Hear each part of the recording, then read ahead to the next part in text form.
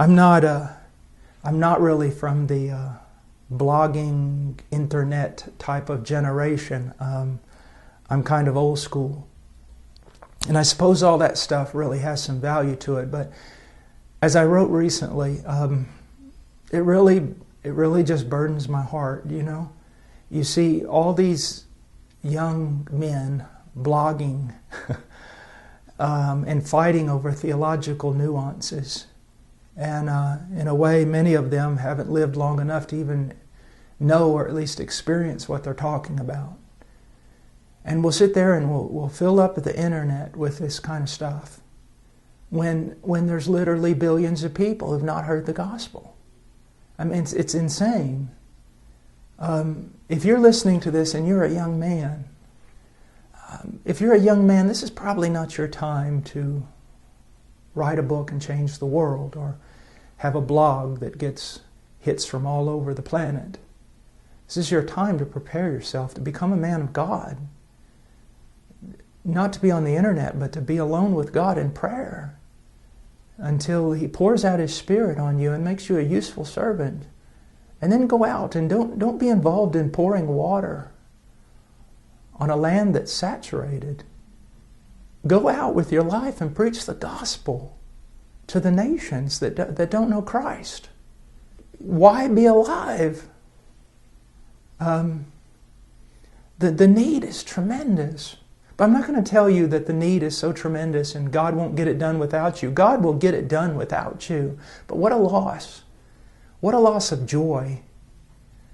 You know, I invite you to a life of just real sacrifice and a life of joy unspeakable and full of glory. Some of you young men, you need to think about this. You need to think about going out there and preaching the gospel, suffering for Christ and relishing that suffering. Now, I'm 49 years old and my body is broken into a million pieces. Like Robert Murray McShane said, you know, the Lord gave me a message and a horse, and I've killed the horse.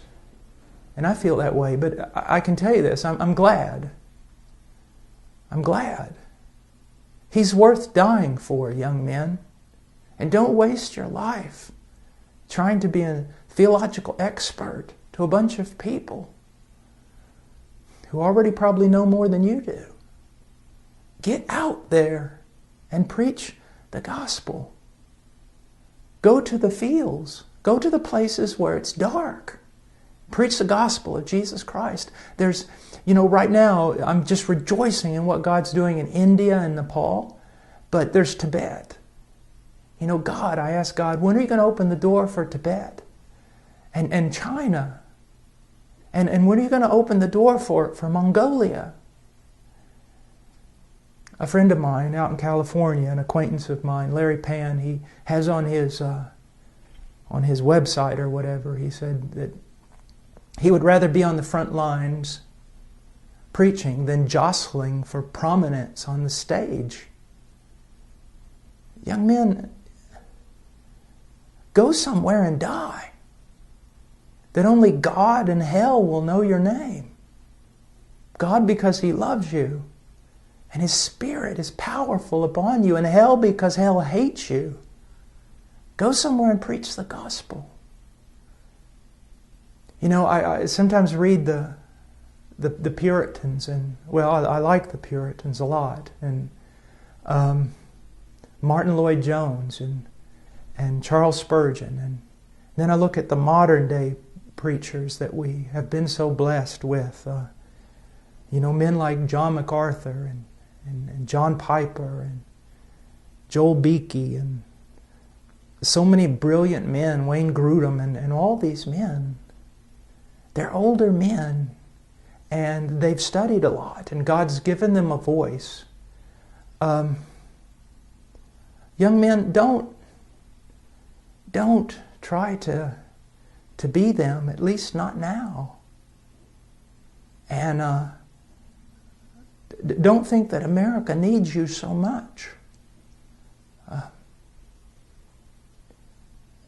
it's better to sometimes to be if I preach in the United States, I'm just another preacher. But to go overseas and preach where no one's preaching, even if you're as pitiful a preacher as I am, you're the preacher. Go somewhere where John MacArthur and John Piper are not, and preach the gospel, and pray, and intercede. All the men that I've ever studied, all of them, it's hard for me to find a common denominator in their lives. Some of them were more Calvinistic, others not. Some of them were well-known and seemed prosperous, and others seemed to die as martyrs and no one knew their name. They're all so different, but I found one thing in common, and that was their life of prayer. Prayer, enduring, persevering prayer. Who cares about what man knows your name? The question is, does God know your name? And secondly, does our arch enemy know your name? Does he hate you with a great hatred? Not because you're some well-known preacher, but because on your knees you fight him. On your knees you wrestle with him. You've grabbed hold. You need to be a man of prayer. And because missions, like India, Nepal, everywhere else, it advances on prayer. There's a few things that I've never heard. I've never heard an old man say that he wished he had spent less time with his wife and children. They always say the opposite. I've never met an old preacher who regretted spending too much time in prayer. But just about everyone I've ever met has regretted not spending enough time in prayer. If you know the Word really well, and boy, you're just perfect, and your thinking and your logic is pristine, but you're not a man of prayer, you're not worth 2 cents in the kingdom of heaven. You're just not worth 2 cents in the kingdom of heaven. You'll be full of a lot of knowledge and proud and no power. No power. And I pray that you would not jostle for prominence on America's stage. That you'd go and die somewhere for Christ, and that your name would be known in heaven. That you'd be a man of prayer. That you'd study deeply, not in order to preach to other brilliant men,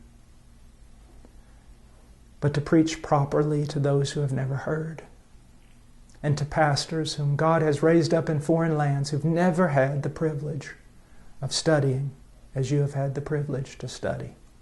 Well, this was impromptu. I got back, I guess it was yesterday, from India and Nepal, and tomorrow I head out to the strange land of California to preach. So I'll be needing your prayers. And then when I get back, I'll going to have several weeks just to get back in the groove of things here at Heart Cry, and especially to get back with my family, with my wife and my 3 little children. Please, I covet your prayers. My life, for whatever it is, it depends upon the prayers of the saints. So please pray for me and pray for us, and pray for Nepal and India and all the other countries of the world. That Christ's name will be great among the nations from the rising to the setting of the sun, and that He will receive the full reward for all His suffering. God bless you. Have a great day.